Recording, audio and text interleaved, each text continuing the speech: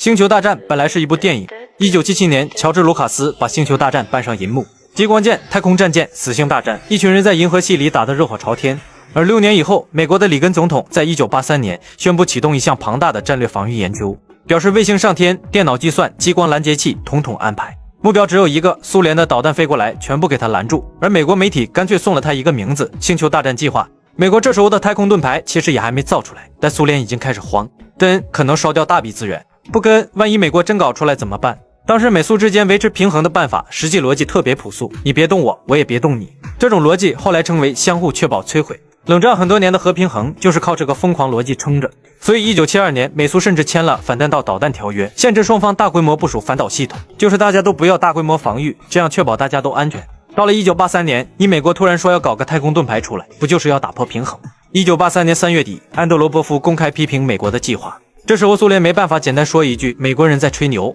因为国家安全最麻烦的地方就是你可以赌一个项目失败，但你未必赌得起它成功。到了1984年，美国国防部专门成立了战略防御倡议组织，也就是 SDIO， 把原来分散在各处的反导、传感器、计算机、激光、空间技术一股脑往这个大项目里塞，这就让苏联感觉更加难受了，你还真的搞。终于到了1985年，戈尔巴乔夫刚上台不久，苏联就批准了一批新的反导和太空研究计划，而彼时美国要的就是这种效果，因为彼时的苏联整个运行成本已经极大，如果还把资源不断灌进新的军工项目里，很容易出问题。1986年7月，戈尔巴乔夫跟法国总统密特朗谈话时就明确说，他担心美国正在利用自己的技术优势，把苏联拖进新一轮军备竞争，最后从经济上把苏联耗得越来越难受。到了10月，雷克雅未克会谈结束后，他在政治局里说的更直接，美国可能就是想用军备竞赛把苏联从经济上耗下去。1986年10月，里根和戈尔巴乔夫在冰岛雷克雅未克见面，本来只是一次会谈，结果两个人越聊越大，表示要削减战略核武器，甚至谈到未来把大量核武器都清掉，眼看事情要谈成，最后却卡住了。